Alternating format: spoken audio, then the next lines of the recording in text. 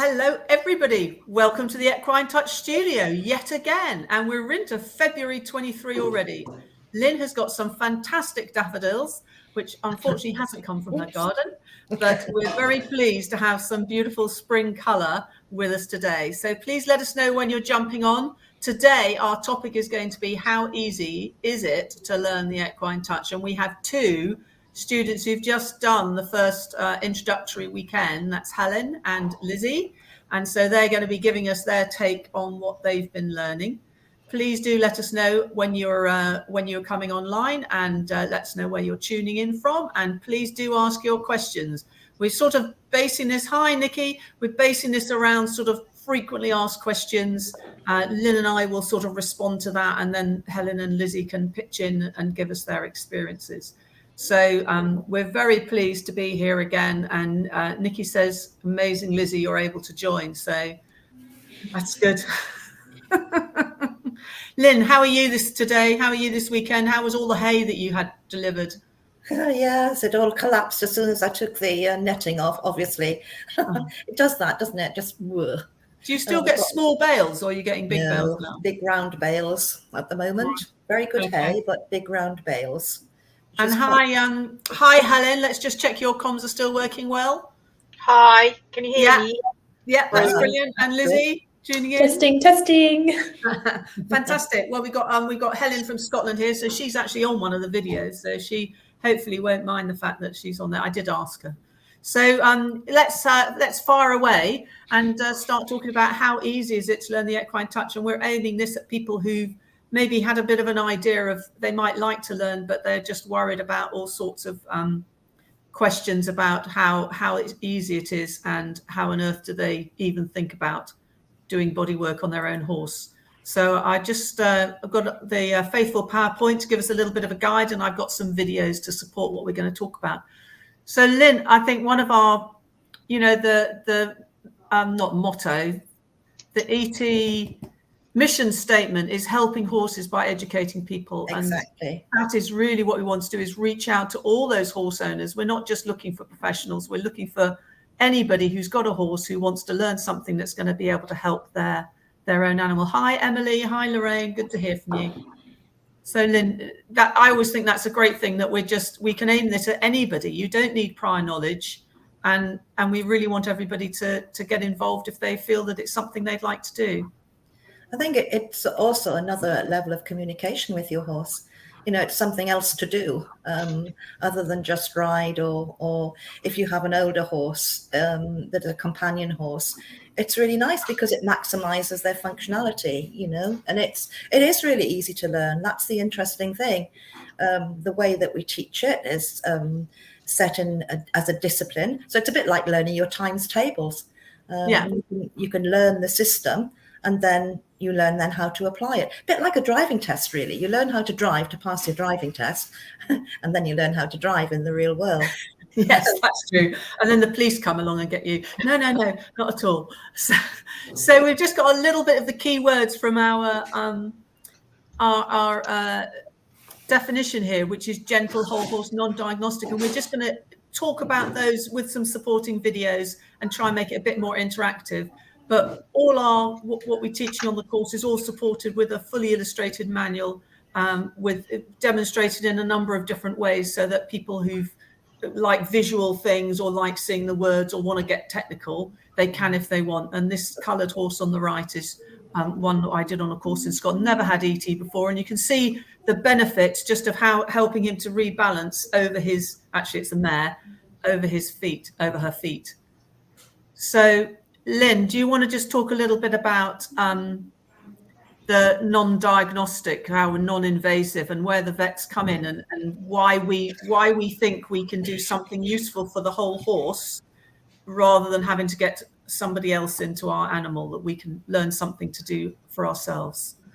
I think the secret is actually the fact that you are working with the whole horse, and it is very gentle. There should be no strong pain reaction from anything that you do, whereas sometimes when you touch the horse, you will get a pain reaction. It's non-diagnostic in the fact that we don't need to know that there's a problem there before we actually apply the discipline, the body balance. And the body balance itself will actually show stuff up.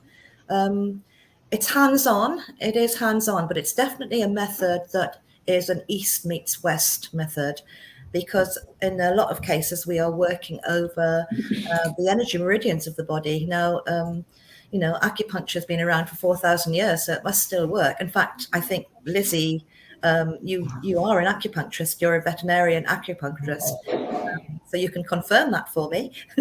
Yeah, no, absolutely. There was a huge crossover that I noticed when I was at the clinic yesterday and had a flick through the Canine Touch book, and the acupuncture meridian charts were written on most pages where the moves were also being outlined. So I loved it. I think the biggest one of all, of course, the biggest meridian on the body that we work with is the bladder meridian. And of course, that runs from the corner of the horse's eye all the way down either side of the spine to a point on its heel. So you are actually addressing the whole body by anything that you do in that area.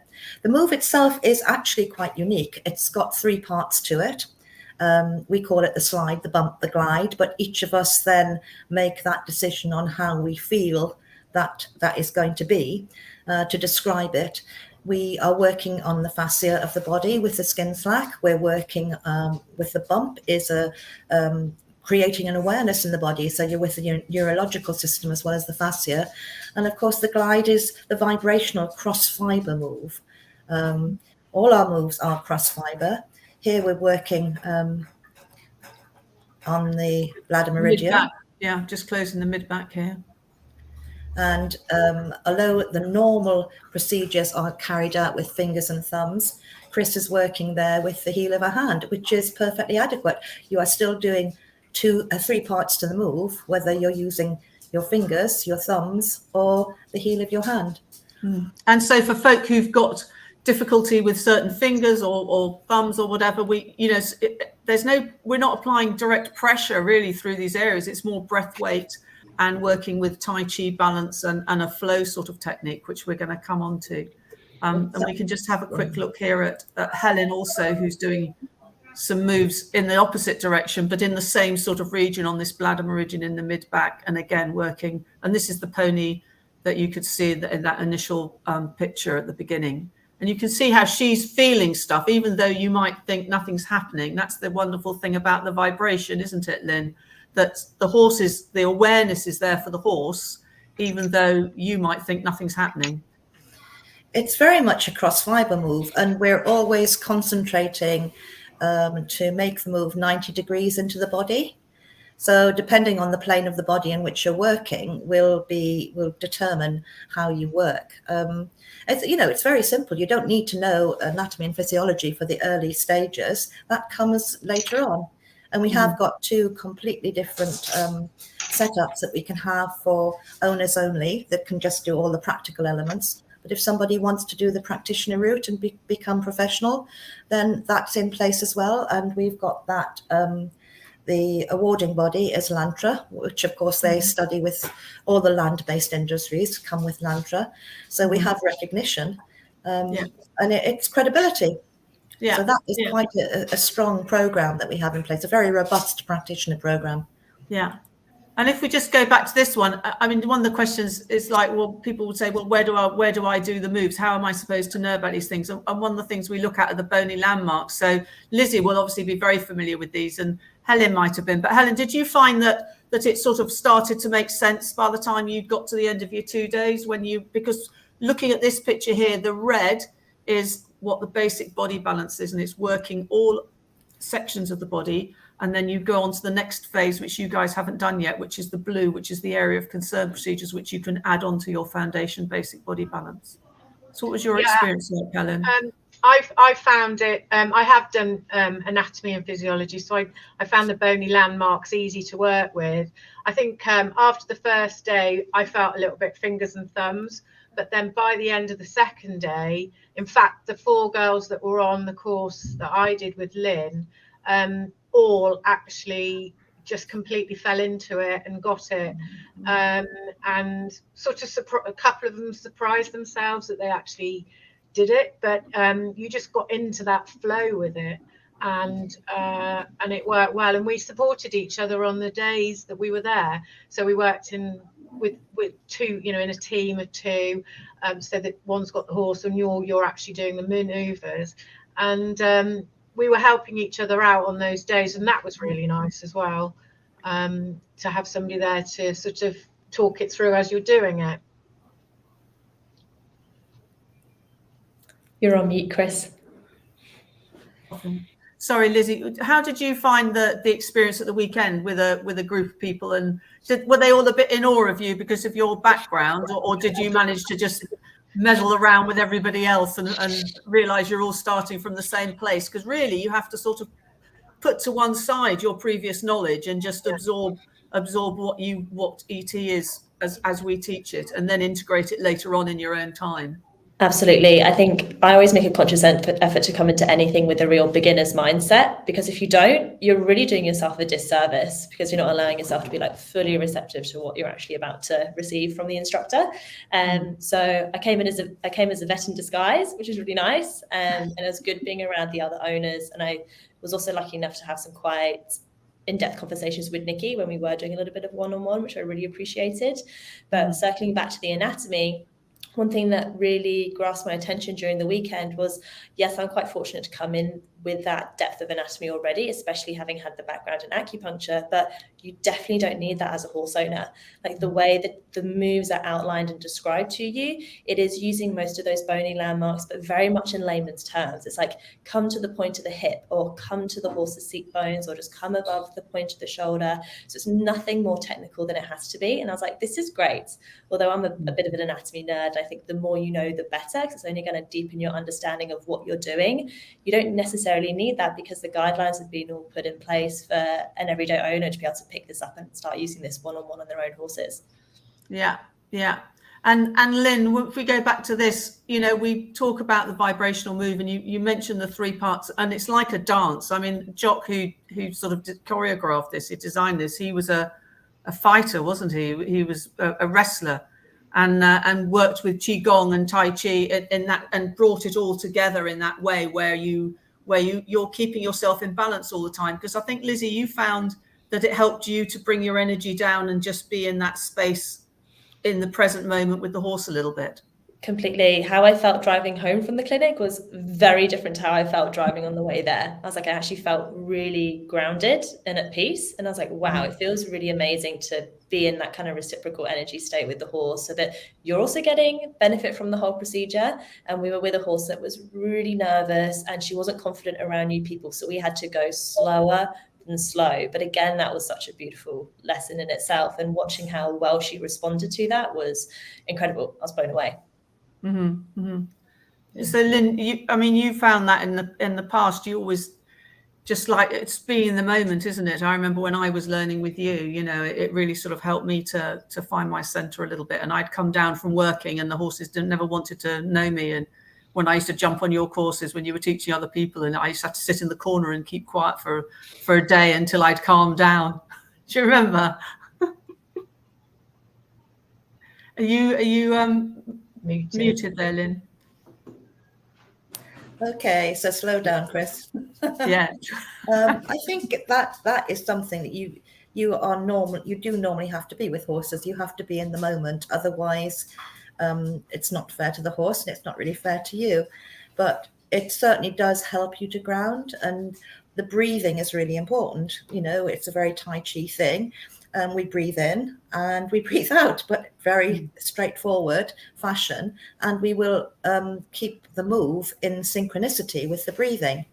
In fact, when we teach the human element of VHT, which is Equine Touch for Humans, we actually will teach it and say to the client, breathe in and breathe out. And as they breathe out, that's when we make the move. It's not so easy with the horse, but when you get that moment where the synchronicity of breathing is there, that is the most magic moment you'll ever have. Yeah. And when they start swinging with you and really sort of going with the flow, swaying into your hands and pushing into your hands, and it's just amazing. And I've been teaching now for 20 years. I've been teaching this, and every single clinic, when you see people thinking, how can I do this? I am doing this, and I've only been doing this for 24 hours, and it's me having this connection with the horse, having this reaction and seeing the horse process. And that's true. Everybody will get that response. Just have to follow the guidelines. Yeah, yeah. And another question people ask, will your hands hurt? And I always think, well, it shouldn't. If it is, you're trying too hard sometimes. And you just need to back off. So we're working with breath weight. As you breathe out, your weight settles down into the body rather than this active pushing, which creates tension in your own body. And so it's going to bring tension into the recipient, whether it's a human, a dog, or a horse. You know, you really want, if the body can't resist, if you're relaxed and your breath is out, they're not going to get that flight, fight, something's going to happen, you know. It does come together after by the end of the second day, it's really come together. And I've just got a little bit here. This is one of my students. She's just started on the practitioner route. This is just the review day of the first part of the part 2 of intro 1. She got a bit excited and went on down the collar groove. But you can see this horse has not had ET before. Well, I'm not sure actually, but I don't think it's had very much. And it's just so loving it. Absolutely, it's a riding for disabled horse. So absolutely loving it. So yeah, it's something that so many horses enjoy. I'm just going to see where we're going to go with hang on a sec. So the vibration. So we talked about the vibration, and this is just a little bit of me doing some work just to show I'm using so little pressure, and this is a racehorse. But you can see how it going across those trigger points, how the horse is sensing everything that's coming through. And I'm just so gentle. And the other thing to think about is, you know, it's communicating with me. So you have to make sure you don't push that envelope too far, Lynn. So when we talk about people keeping themselves safe, it's really you get the feedback from the horse and you stay within your comfort zone. You stay within the horse's comfort zone for your level of training. We've worked with the horse at the beginning. One of the things that we do, we will check all over the horse that it is actually safe to work in the areas in which we wish to make the moves. It's one of the reasons that we do the palpation in the beginning. And here, just touching. So sometimes we even go into the energetic field off the body, don't we? And work through sometimes if they can't accept the hands on the body, because sometimes they can't. It's bringing the horse's awareness to somewhere that it's probably maybe been blocking out. You know, when you've had somebody try and work on you, sometimes you think, I didn't realize that was sore. So you're bringing the horse's awareness to those sort of points. How did you find the experience, Helen, doing an ET move versus, you know, massage that you might have done before? Because massage, they sort of get used to the pummeling a bit, whereas I think sometimes this is a little bit more refined and can actually make it a bit more tricky for them because it's more intense when they have got a sore spot. I've done MFR before anyway, so I use that and trigger points and stress point releasing quite a lot actually. But it was just completely different technique. I'm not sure really what I was expecting, but like Lizzie said, I sort of went with a completely open mind to learning because I didn't want to get caught up in what I'd already done. And this is very different and following the structure that you get and the moves. You know, like Lynn said, after the first day, really you sort of just fall into it. And anybody can do it, you know. Just, you know, I'm a massage and soft tissue body worker, but you know, the girls on the course were owners and they were really great at it and they loved it as well, you know. So it's that anybody can do it. Brilliant. Could you just mute, because I'm not sure if someone's getting exciting in your kitchen there doing the washing up. Helen, is that you or is that? No. Oh, maybe it's Lynn. So one of the things we thought is what you need to bring with you, and this is one of the things you were talking about, Helen, is an open mind and a willingness to learn and to not go into that, because for some people that they've maybe not learned anything for maybe many years, and they certainly won't have necessarily learned anything practical, and it's a lot to try and take on board. But as we say, we have small groups, we work in pairs, so one person can have the manual and can help the other person. Obviously the instructors are there, everything's demoed. you know, so it is a very hands-on in sort of inclusive experience. I thought the structure of the weekend was really good, because obviously we all met and then we practiced on each other as well. So we got to have the feeling of what we were doing on ourselves, and obviously then learning the techniques as well. So that was really good as before we went down to see the horses, and that was a really good. I really enjoyed that, actually. That was a really good thing. And again, you're in together, and you're just supporting each other really through the day and learning. Yeah, it was great. And then I just wanted to mention, because obviously for some people they might feel that they're not going to be capable, and they might bring up something that might cause a reaction that's going to put them in an unsafe scenario, Lynn. So I was just sort of put this one together, just thinking that you're listening to your horse, and that's the very important thing. You're working with the feedback from the horse all the time and being in harmony, and not, you know, and then the last point there is less is best. There's always another day. And of course, you've always got a handler on a class. Yeah. You will always have a handler that is standing on the same side of the horse as you are. So your protection, if you like, if you get a natural reaction to a move on the stifle, for example, the horse will be controlled by somebody else, so that you can step away.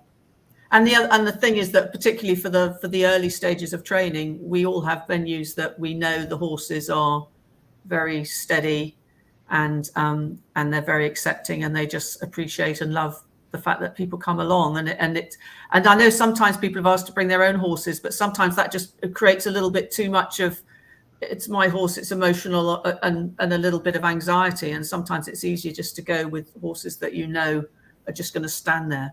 You know, they're just lovely and accepting.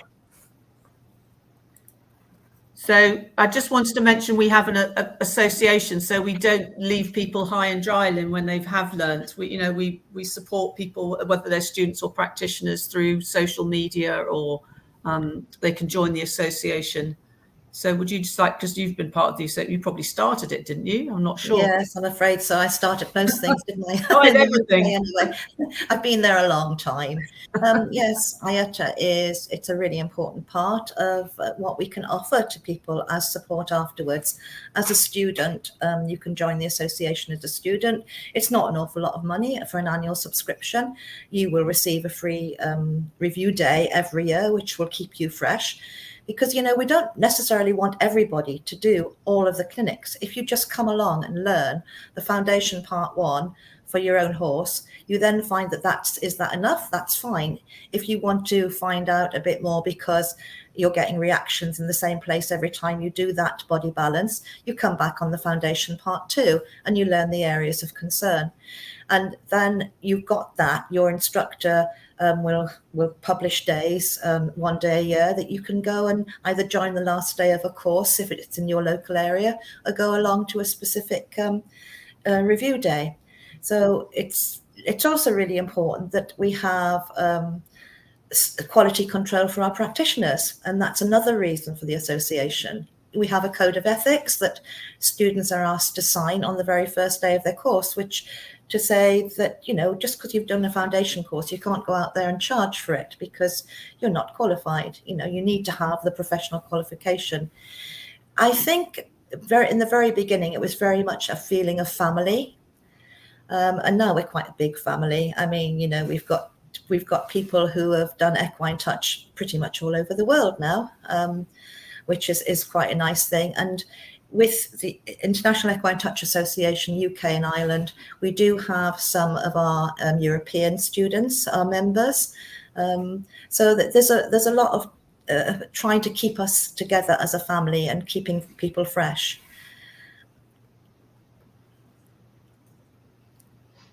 Muted. That was part of one of my thinking about doing the Facebook Live things, was to try and reach out to everybody, you know, around the world who you know, because within the UK there's quite a few of us, but there are, you know, like Australia, it's a very large country, and Lizzie, you're going to go back to Australia, and you never know, you might be one of the instructors of the future. Yeah, we'll see. I heard there's a bit of a gap in the market for it down there. There's lots of horse owners who are really passionate about doing things like this, but I heard there's a bit of a lack of instructors. Is that right? Well, we've certainly got Janice, but the trouble is it's such a huge area, and with the cost of travelling nowadays, that's one of the things we came up with. You came up with, Lynn, was getting coaches online, which was to be able to offer training more locally, so folk didn't have to travel maybe quite as far. But then again, you know, some of us still have had to travel a long way, and we've had people who've come from Dubai. I mean, Zahava was coming from Israel. Yes. You know, we've had a lot of people who've come a long way to learn. So I think, you know, if you really want to do it, you want to do it. And we have got instructors now in Holland, Holland and Germany. We've got instructors in Spain. We've got instructors in, we've done classes in Norway, Denmark.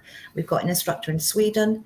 Mm-hmm. So we're quite a Czech Republic, Veronica's in Czech Republic. So we've got quite a lot of active instructors in Europe. And of course, it is easier, isn't it, than the massive countries of Australia that we've got a lot more people. Yes. And we got both the websites I've just noted there, which is the UK one and the international one. And then you can go on there and look at the course structure. The schedule of courses will have any courses that are on. And you can see what suits. I mean, sometimes I always try and encourage, because I'm in the north of England, but it's such a beautiful area.